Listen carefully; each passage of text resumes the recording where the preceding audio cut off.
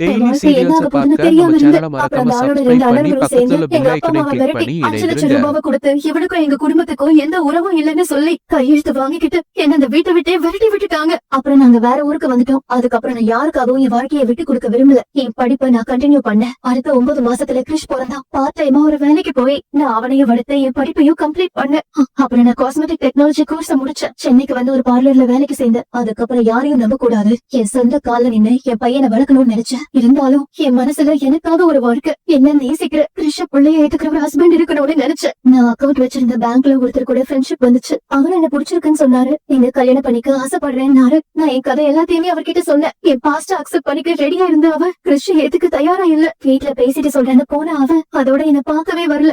அப்புறம் யார் துணையும் வேண்டாம் தான் இருந்தேன். ஆனா நம்ம ஊர்ல சிங்கிள் மதரா இருக்கிற பொண்ணுங்க மேல ஆம்பளைங்களுக்கு ரொம்ப சுலபத்துல இருக்க வந்துரும். கூட வாழ்றதுக்கு இல்ல, அவங்க ஆசைக்கு யூஸ் பண்ணிக்கிறதுக்கு. அப்படித்தான் எனக்கும் நிறைய பேர் தொல்லை கொடுக்க ஆரம்பிச்சாங்க. பார்லர் வேலைக்காக போற எல்லா இடத்துலயும் என்கிட்ட மிஸ்பிஹேவ் பண்ண ஆரம்பிச்சாங்க. ஒவ்வொரு நாளும் பயத்தோட தான் நான் வெளியில போயிட்டு வருவேன். ஒரு உண்மை எனக்கு தெரிஞ்சது. இந்த சொசைட்டில தனியா புருஷன் இல்லாம வாழணும்னு நினைச்சா தெருவுல இருக்க எல்லா நாயும் என்ன விரட்டோன்னு புரிஞ்சுக்கிட்டேன். என்னை பத்தி புரிஞ்சுக்கிட்டேன். என்ன முழுசா நேசிக்கிற ஒருத்தரை கல்யாணம் பண்ணிக்கிட்டு நானும் நல்ல வாழ்க்கைய வாழணும்னு நினைச்சேன். அப்பதான் நான் மனோஜ் மீட் பண்ணேன்.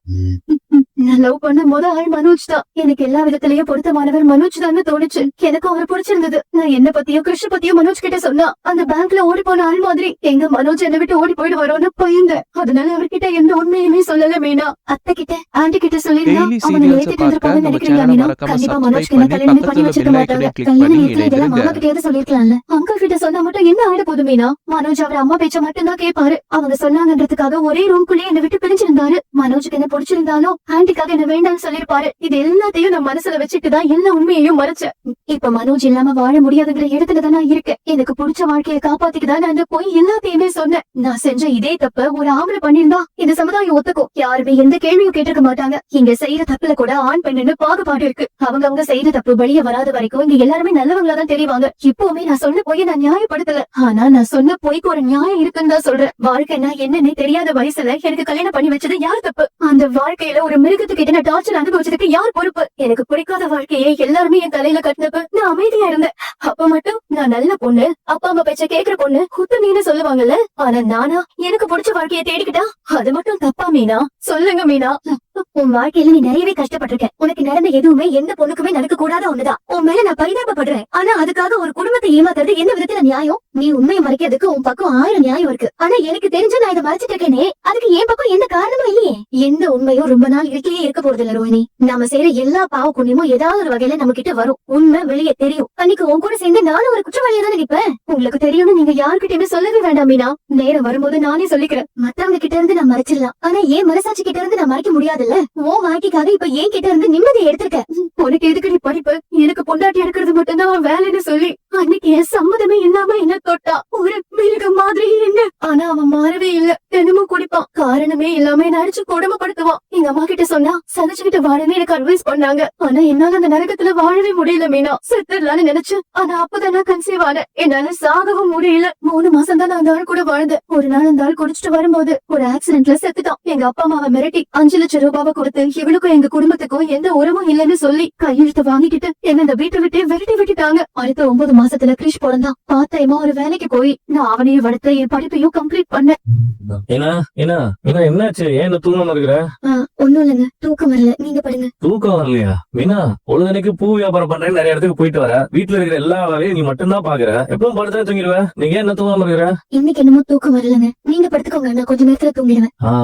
அது அப்படிதான். ஒரு சில நாள் படுத்தா அவ்வளவுதான் தூக்கம் வராது. எனக்கு கூட அப்படிதான் பல நாள் நடந்துருக்குது. ஃபுல்லா கார் ஓட்டிட்டு வருவேன். உடம்பெல்லாம் அசதியா இருக்கும். படுத்தோடனே தூங்கிடலாம் நினைப்பேன். ஆனா அன்னைக்கு மட்டும் தூக்கமே வராது. நான் வேணா உனக்கு ஒரு பாட்டு பாடவா? வேணாங்க, நீங்க படுத்து தூங்குங்க. அதுவும் சரிதான். ஏற்கனவே உனக்கு தூக்கம் வரலன்னு சொல்றேன். இப்ப நான் வேற பாட்டு பாடி வரதுக்கும் போயிட்டு போகுது. நான் வேற கதை சொல்றேன். இல்ல வேணாங்க, எனக்காக நீங்க ஏன் தூக்கத்துக்கு எடுத்துக்கிறீங்க? போய் தூங்குங்க. அது எப்படி மீனா? நீ தூங்காம இருக்கும்போது நான் எப்படி தூங்குறது? நான் உனக்கு பால் சுடு பண்ணி தரேன். அதை குடிச்சா தூக்கம் வந்துடும். இல்ல வேணாம்னு சொல்றேன்ல. என்ன நீ எதுக்கிட்ட வேணாம்னு சொல்லிட்டு இருக்கிற? சரி, அப்ப நான் செய்யறேன். நானும் தூங்காம உனக்கு கம்பெனி கொடுக்குறேன். நம்ம நல்லா பேசிட்டு இருப்போம். சரியா? ஏங்க, நீங்க போய் படுங்க. நாளைக்கு வேலைக்கு போகணும், கார் ஓட்டணும். சரியா தூங்கினா கார் ஓட்டும் போது டயர்டாயிடுவீங்க. கொஞ்ச நேரத்துல எனக்கு தூக்கம் வந்துடும். நான் கண்ணை மூடி படுத்துப்பேன். மீனா, என்ன சொன்னாங்க? உன் பேச்சே சரியில்லை. முதல்ல உண்மை டல்லா இருக்கு. ஏதோ அழுது மாதிரி இருக்கு. அதுதானே ஆஹா. அம்மா என்ன சொன்னாங்களா? அத்தெல்லாம் என்ன எதுவும் சொல்லலைங்க. சொல்லு மீனா, அம்மா உன்னை யாராவது சொன்னாங்களா? அவங்க இன்னைக்குமே என்ன எதுவும் சொல்லாம இருந்திருக்காங்க. ஆனா இன்னைக்கு அவங்க எதுவுமே என்ன சொல்லல. என்னாச்சு உனக்கு? நீ எப்பவுமே இப்படி இருக்க மாட்டியே. நான் தான் ஒண்ணும் இல்லைன்னு சொல்றேன்ல. நீ ஒண்ணும் இல்லைன்னு சொல்றதுலயே என்கிட்ட எதுவும் மறைக்கிற மாதிரி இருக்குது. நீ எதையும் மறைக்கிற மீனா, சொல்லு. எது வந்தாலும் பரவாயில்ல, என் மனசு கஷ்டப்படும், நீ எதையும் சொல்லாம இருக்காது. நீங்க ரொம்ப ஓவரா யோசிக்கிறீங்க. தூக்கம் வரல அவ்வளவுதான். நான் கொஞ்ச நேரத்துல தூங்கிடுவேன். நீங்க போய் தூங்குங்க. இப்ப படுக்கிறீங்களா இல்லையா? என்ன திட்டுறதுக்கு மட்டும் உனக்கு எங்க இருந்தா எனர்ஜி வருதோ பாருக்கிறேன். என்ன விஜயா, என்ன பார்த்துட்டு இருக்க அப்படியே? என்ன மாதிரி போட்டோ போஸ்ட் கொடுத்த மாதிரி நிக்கிறீங்க? சூப்பர். என்னப்பா இது? எனக்கு ஒண்ணும் புரியலடா. என்னடா அவன் கோட் சூட்டோட நிக்கிறான்? தெரியலடா, அதான் நானும் பாத்துட்டு இருக்கிறோம். என்னடா மனோஜ் காலையிலே கோட் சூட் எல்லாம் போட்டிருக்கேன், ஏதாவது ஃபங்க்ஷனுக்கு போறியா? அதெல்லாம் இல்லம்மா, இனிமே தினமும் கோட் சூட் தான் போட போறேன். என்னடா பெரிய வேலை ஏதாவது கிடைச்சிருச்சா? இருக்கும்பா, இந்த பெரிய பெரிய ஹோட்டல் எல்லாம் வெயிட்டர் வேலை பாக்குறவங்க கோட்டு போட்டு தானே இருப்பாங்க, அந்த வேலைக்கு போறோம் போல. டேய், என்ன பார்த்தா வெயிட்டர் வேலைக்கு போற மாதிரி இருக்கா? ஓ அது இல்லையா? அப்ப ஓ புரியுது. இந்த சர்க்கஸ் எல்லாம் மேஜிக் ஷோ காட்டுவாங்கல்ல? கரெக்ட். இந்த காமெடில எல்லாம் வருமே, தி கிரேட் கெரிகாலன் ஷோ. அதேதான். அந்த மாதிரி ஓ ஷோக்கு பேர் என்னடா? கிரேட் ஓடிகாலி ஷோவா? டேய் உன் வாயை வச்சு சும்மா இருக்க மாட்டியா? மனோஜ் என்ன விஷயம்? நான் எங்கேயும் வேலைக்கெல்லாம் போகலாமா? நானே சொந்தமா கம்பெனி ஆரம்பிச்சு பல பேருக்கு வேலை கொடுக்க போறேன். அப்படியா? இதுல இந்த ட்ரெஸ் போட்டிருக்கேன். இப்போ என் பிசினஸ் வேற லெவலுக்கு போயிடுச்சு. அதனால தான் என் கெட்டப்பையும் நான் மாத்திட்டேன். கெட்டப்ப மாத்தினாலும் ஒரு கேரக்டர் மாற போறது இல்லையா? மொத்தம் அவர் கேரக்டர் எப்பவுமே நல்லா தான் இருந்திருக்கு. அதை மாத்திக்காம இருக்கிறதா அவருக்கு நல்லது. சில பேர் நிமிஷத்துக்கு நிமிஷம் அதெல்லாம் மாத்திக்கிட்டே தான் இருப்பாங்க. டேய் மனோஜ் கொஞ்சம் புரியுற மாதிரி சொல்லுடா. மா, ரோகிணியால நமக்கு பெரிய ஆர்டர் வந்திருக்குல்ல? ஆமா ஆமா, ரோஹிணியால தான் வந்திருக்கு. இல்ல ரோஹிணி? நீ சொல்லுடா. மா, புதுசா ஒரு பிரான்ச் ஓபன் பண்ணுறோம். அதனால ஆபீஸ் ஒண்ணு தனியா போடுறேன். ஓ அப்படியாடா? ஆமாமா, இப்ப நான் ஒரு பெரிய கம்பெனியோட எம்டி. நீ எதுவும் வேணாலும் இருந்துட்டு போடா. ஆனா நம்ம ஊர்ல அடிக்கிற வெயிலுக்கு தினமும் இதை போட்டேன்னு சொடி சரங்க வந்துடும் பாத்துக்க. ஏங்க இவன் ஏதாவது நல்ல வார்த்தை பேசுறானா? அவன் சொல்றது சரிதானே. வெளிநாட்டுல குளிரா இருக்கு, கோட்டு போட்டுக்குவாங்க. நம்ம ஊருக்கு இதெல்லாம் செட் ஆகுமா? அதானே, நார்மல் ட்ரெஸ் போட்டாலே அடிக்கிற வெயிலுக்கு கசகசன்னு இருக்கு. டேய், நான் ஏன்டா வெயில போறேன்? கார்ல ஏசி, ஆபீஸ்ல ஏசி, வீட்டுக்கு வந்த ரூம்ல ஏசி, நான் இருக்கிற எல்லா இடத்துலயும் ஏசி இருக்கு. விட்டாண்டி பாத்ரூம்ல கூட ஏசி வைப்பா. செஞ்சாலும் செய்வாண்டவன். டேய், ஒரு பிசினஸ் மேனா எப்படி இருக்கணும்னு ஒரு ட்ரெஸ் கோட் இருக்கு. அதெல்லாம் உங்களுக்கு புரியாது. மனோஜ், இப்பெல்லாம் பெரிய பெரிய கார்ப்பரேட்லயே இந்த கோட் சூட் கான்செப்ட் எல்லாம் விட்டுட்டு டி-ஷர்ட் ஜீன்ஸ் மாத்திட்டாங்க.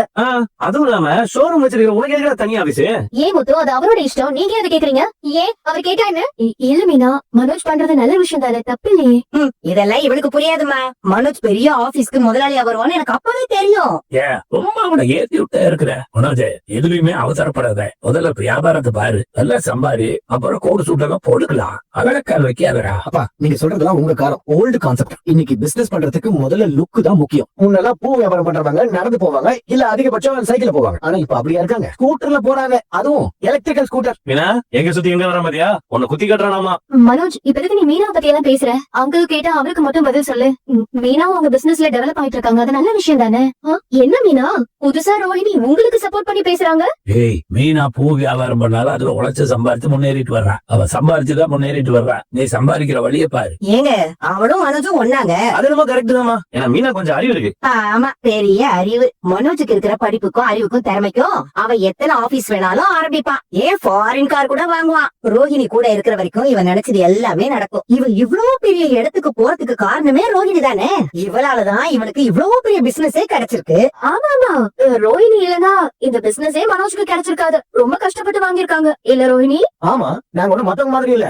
நானும் நல்லா படிச்சிருக்கேன், ரோகிணி நல்லா படிச்சிருக்கா. ரோகிணி என் பக்கத்துல இருந்தா கண்டிப்பா நான் ஜெயிச்சுட்டே இருப்பேன். நம்ம கூட உண்மையா ஒரு ஆள் இருந்தாலே போதும், நம்ம ஜெயிச்சிடலாம். உண்மைதான்டா. என் மருமகள்லயே ரோஹிணி தான் அதிர்ஷ்டக்கார மருமக.